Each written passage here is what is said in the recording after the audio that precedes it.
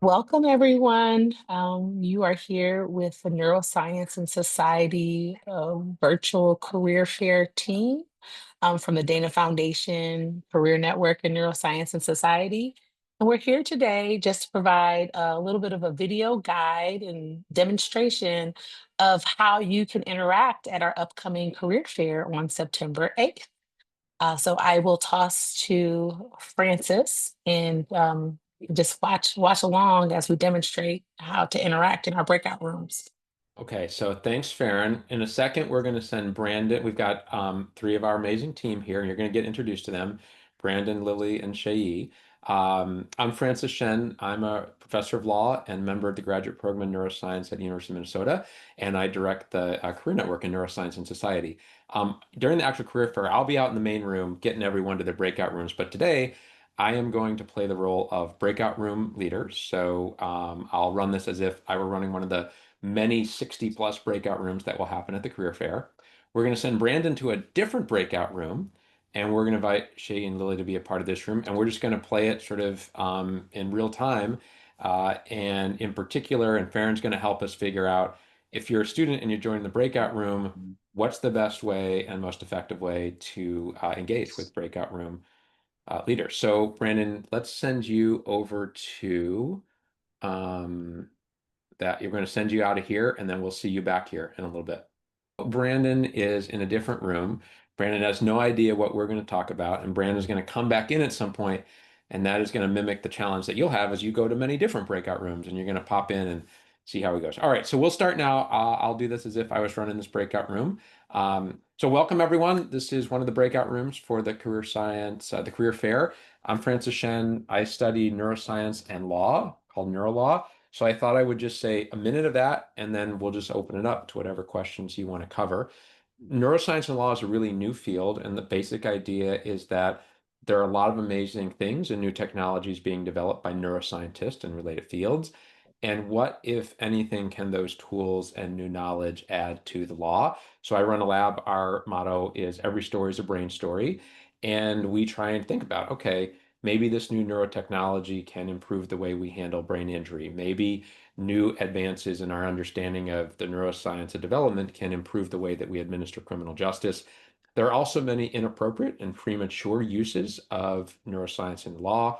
We try to attend to those as well. And there's a program at Mass General Brigham called the Neurotech Justice Accelerator at MGB NJAM, where we're trying to train new generations of doers and thinkers and scholars in neurolaw. I could say a lot more. We've got an entire book, 1,000 pages long, about neuroscience and law.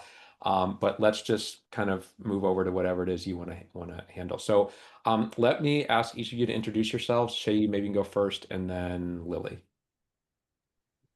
Hi, Dr. Shen. Nice to meet you. My name is Shay Kima Shrey. I am a senior, going into my senior year at DePaul University in Chicago. I'm double majoring in neuroscience and psychology, with interest to going into law school post grad.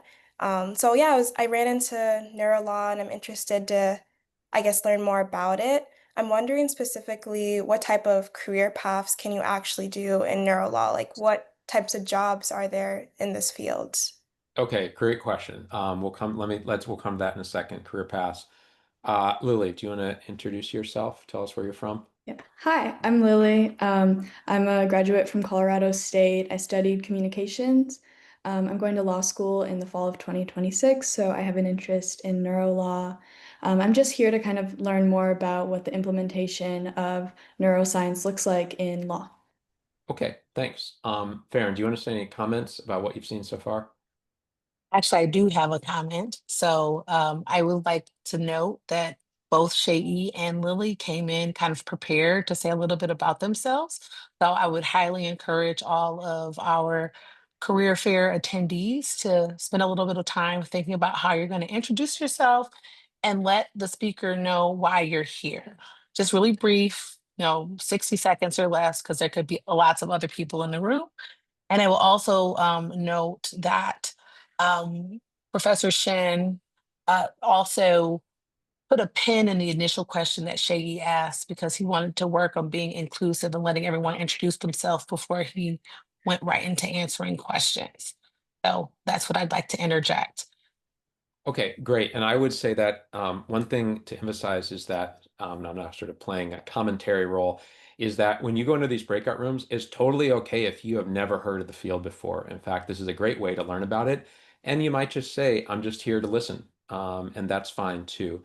Um, when you really want to, have a particular question, make sure you have those ready. And Shay, you did a great job of asking it. And I'll just start answering that now, and then we'll see what happens when Brandon shows up at some point, see what he wants to talk about. So you asked about careers in the field. There are no, maybe none, almost no job labeled neurolawyer. If you find one, I'd actually love to hear about it. However, there are lots of jobs that are lawyers where they might be utilizing neuroscience, and a lot of policy worlds where they might be making policy, which is also a type of law, and they might be considering neuroscience. So the big challenge for someone who wants to work in a field like this, or any emerging field, including a lot of the other NeuroX fields here tonight, is how do you sort of carve out your own new path, but working in the existing pathways. I would not recommend that anyone drop everything they're doing and show up and to the world and say, okay, here I'm putting a shingle out and I am the neuro lawyer in town. That is a very poor career decision. What's a very wise career decision is to start and figure out and to read and watch and talk and say, okay, boy, I'm seeing that this group really seems to be doing a lot in this intersection. So a couple of concrete examples. One would be traumatic brain injury in the law. There are a very large number of lawyers who now engage in litigation that involves traumatic brain injury. That'd be a really concrete example. Aging and the law. So there are lawyers who handle challenges to wills. Grandma or grandpa or an older person made a change to their will late in life, and there's now a dispute between the children of that older person who's now deceased about whether or not did they really want to make those changes, or were they sort of tricked, or the word the law uses is were they under undue influence of someone else when they made that law. And there are, of course, many other examples in criminal law and other places. So that would be my main advice. And then concretely, you should subscribe to the Career Network newsletter. We are always promoting options whenever we can see them. But I'm happy to answer more questions as well if you want to follow up on that. I do see, however, that someone has joined us. Okay, looks like Brandon. Hi, welcome. How are you doing? Hi, Dr. Francis. I'm Brandon. I'm a recent graduate in cognitive neuroscience and just wanted to get more insight in what the neuro law field was like because it's something I'm really unfamiliar with at this time. Okay, and where are you at? Where are you logging in from? I'm logging in from New Jersey. Okay. So yeah, we've talked a little bit about it. I'll just say, in broad strokes that neuroscience and law it's a really new field. You may have heard us just saying that it's a field that is trying to harness the insights of neuroscience and neurotechnology and apply those across different areas of law. Could be criminal law, could be civil law, could be lawmaking, like public policy, could be criminal cases or civil cases, putting neuroscientific evidence in front of judges and juries.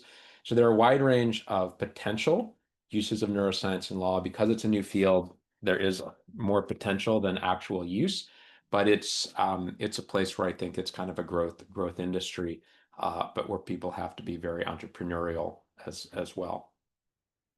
All right, Farron, questions, comments from afar about how it's going so far? So yes, so you will notice that when Brandon entered the room as a newcomer to the chat, he did not jump right in and start speaking. He came in quietly, he listened for a moment, and then he used the hand raise feature, and then waited until Professor Shin called on him and addressed him. And he did ask a question that was a little bit similar to a question that was asked previously, but that's okay because he was new to the room. And our breakout room hosts do know that people will be coming and going. So that's just one of the things I wanted to point out. And then after Professor Shin asks his question, it also means that other people in the breakout room would also be welcome to raise their hands. Like once you have more than 2 or 3 people in a room, it's important to use the raise hand feature so people aren't talking over each other. If you were in person, it would be a little bit different, but this is a really just nice way to be able to moderate those conversations.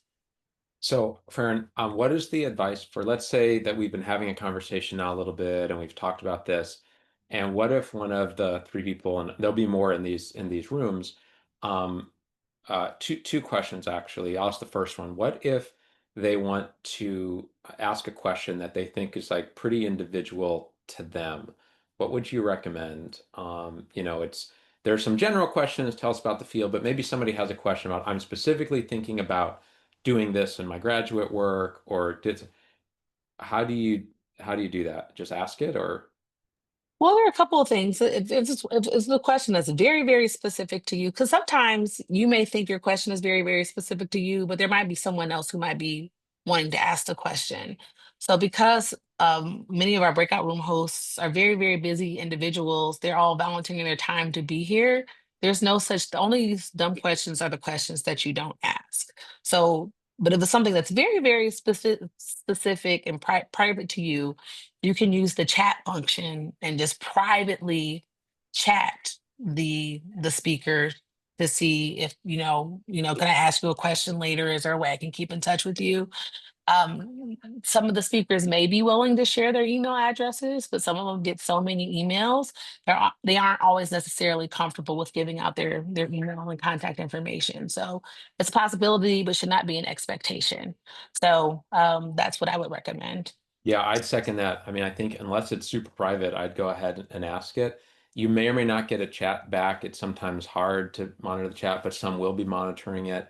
So I would definitely ask those questions. And then the second is, Farron, what if somebody wants to stay in touch or wants to follow up or has like, what's the best way to do that? Well, there are a couple of different ways. Like we will not, as a career fair, will not be publicly releasing all of the email addresses because we don't have permission to do so. But you can always do a web search to find out if their contact information is publicly available, and you can send a follow-up email thanking them for their time, refreshing how you met them, because a lot of times people meet a lot of different people. So it's always helpful to say, I met you at the career fair. I really enjoyed talking with you.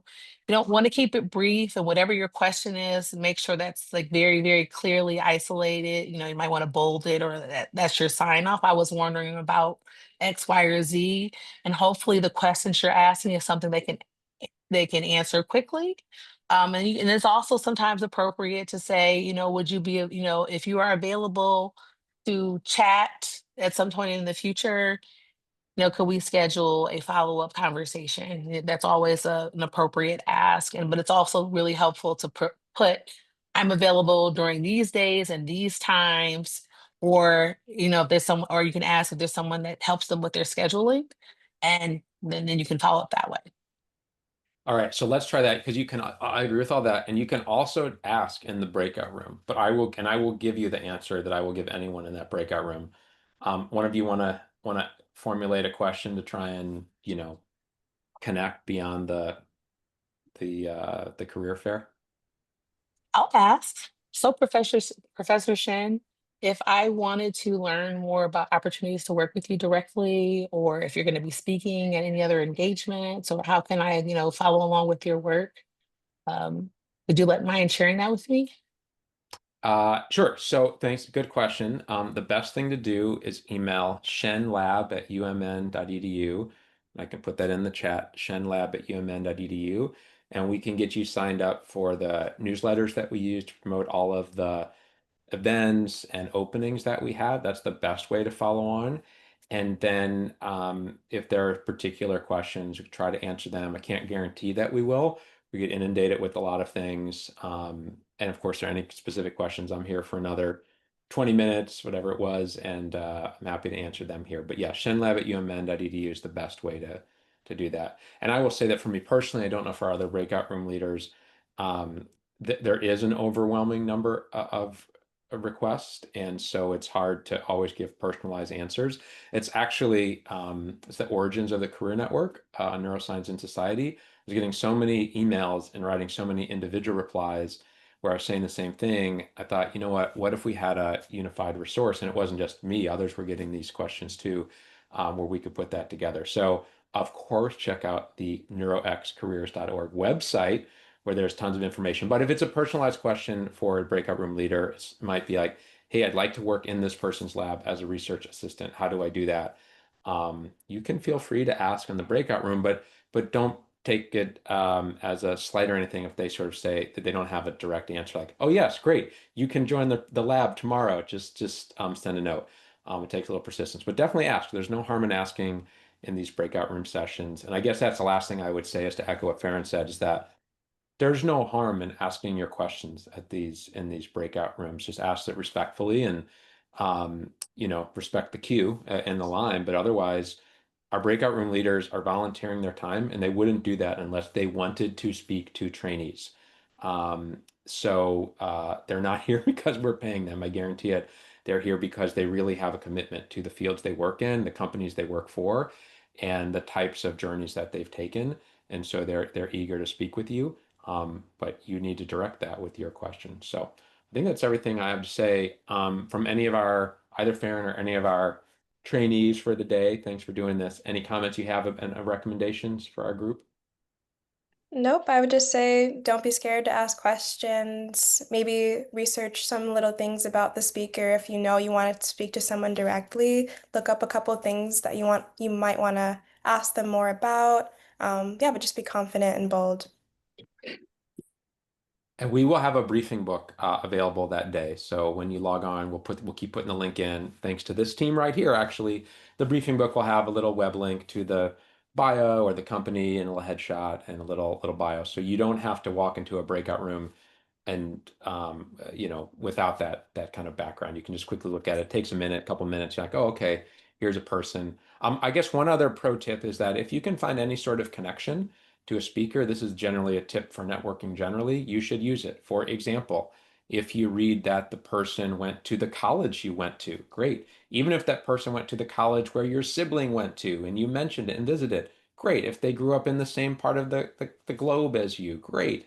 Any sort of connection like that, just a very personal connection. If it says in their bio, they also, played soccer in high school and you're a soccer, it's a really good way to connect. And it turns out that those kind of small connections matter a lot. For example, I'm from St. Louis, Missouri. Anytime I see from one St. Louis, it just happened this morning with the student at the table next to me. It's like, oh, okay, where in St. Louis? Farron and I have had St. Louis discussions because you have some St. Louis connections. And so that kind of the small things can matter. It's the only thing I'd say. Beyond that, come to the career fair, enjoy it, make the most use out of it. I will be in the breakout room that entire night if you run into any technical issues or want to talk about neurolaw or anything else. So I'm there for 4 hours. Our breakout room leaders are generally there for 1 hour, and we will be respectful of that time. So when the hour comes, one of us will probably come in and we'll close out the breakout room. But I think that's it, right, Farron? That is it. I will also just add, um, our NeuroX email account is always available to anyone in our community. So info@neuroxcareers.org, our website, neuroxcareers.org. You can always reach out and contact us there. So we're And on always helping social to help. media, right? What are our handles, Yeah. Shay or Farron? Where do people find us? Our accounts are called NeuroX Careers. Okay, great. On all the major platforms. All right. Thanks, everyone, and thanks for attending.